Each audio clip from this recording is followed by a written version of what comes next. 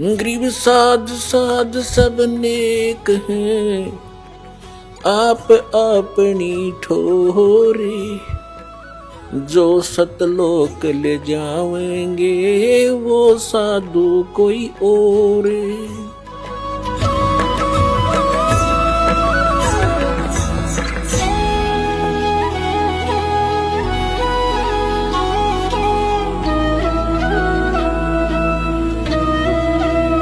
पुण्यात्माओं, अब कौन से राम का सौदा करें, कौन से राम के नाम का जाप करें?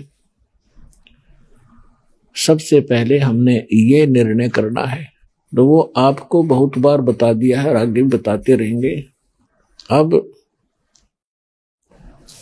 परमात्मा की भक्ति में हमें सबसे पहले सतगुरु की आवश्यकता होती है। जैसा कि आज सुबह के सत्संग में आप सुन रहे थे कि परमात्मा ही अपने द्वारा रची हुई सृष्टि को वही स्वयं आकर ज्ञान बताते हैं, उसी को जानकारी देते हैं।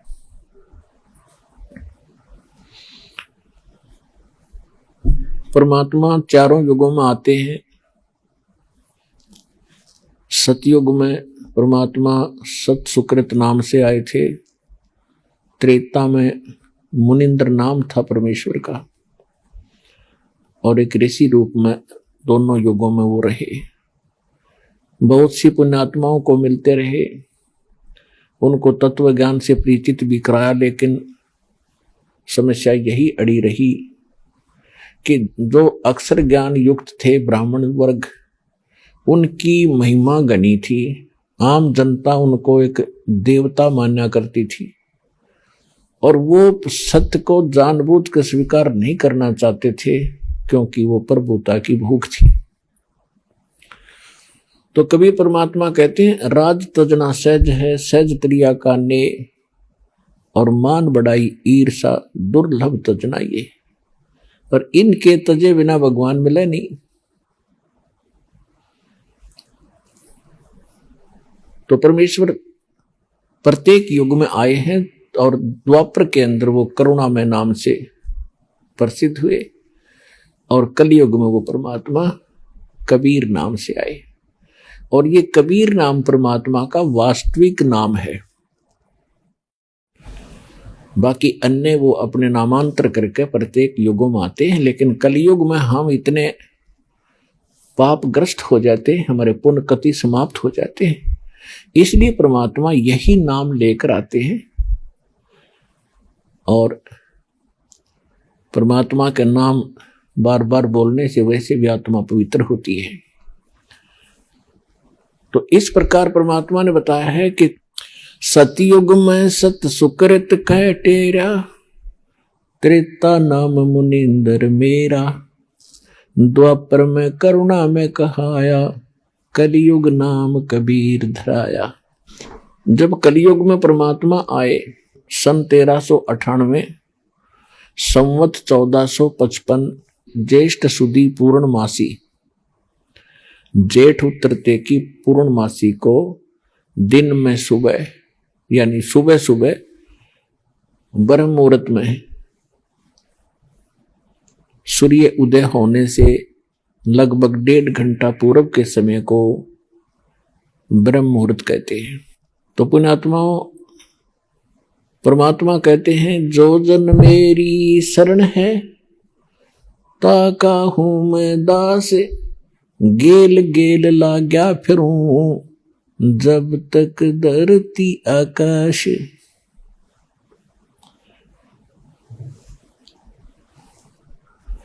परमात्मा जब सतयुग के अंदर आए थे, उस समय एक विद्याधर नाम के ब्राह्मण थे, उनकी पत्नी दीपिका थी। वो निसंतान थे। परमात्मा उनको एक तालाब में मिले थे, कमल के फूल पर। सतलोक से आते हैं, शिशु रूप धारण करते हैं, एक लीला वो ऐसी करते हैं।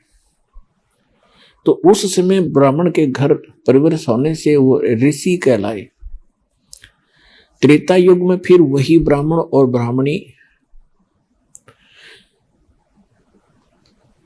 वेद विद ब्राह्मण हुआ और सूर्या वो दीपिका वाली आत्मा हुई। परमात्मा फिर उनको मिले। आगे चल के फिर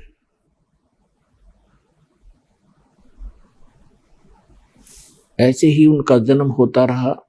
तो जो वेद विद ब्राह्मण था, विद्याधर ब्राह्मण था, वही स्वामी रामानंद जी की आत्मा थी। अब परमात्मा कहते हैं जो कभी मेरी एक बार शरण में आ गया, मेरे संपर्क में हो गया, उसको मैं पार करके छोड़ूंगा।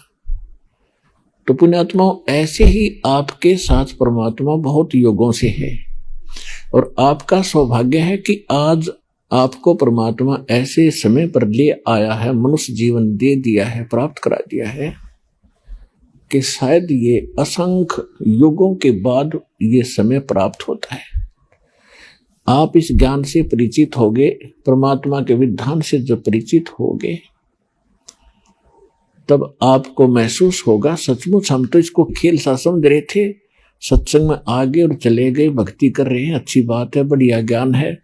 लेकिन जब ज्ञान की गहराई में आप जाओगे, आप हक्के बक्के रह जाओगे। ये हो क्या रहा है?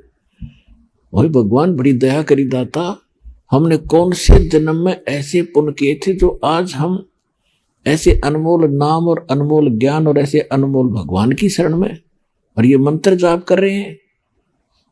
ये आपके युगों युगों के पुण्य आपके साथ है। आज बेशक कोई घसियारा है, कोई मजदूर है, चाहे बेशक रोग से ग्रस्त है, वो पाप कर्म आपके पिछले जन्म जन्मांतर के हैं, लेकिन आपके भक्ति के जो अंक हैं वो भी निराले हैं, अद्भुत हैं। और आपको वो दुख आपका वरदान बन गया जो सतलोक आश्रम बरवाला जिला हिसार हरियाणा में आपको ले आया।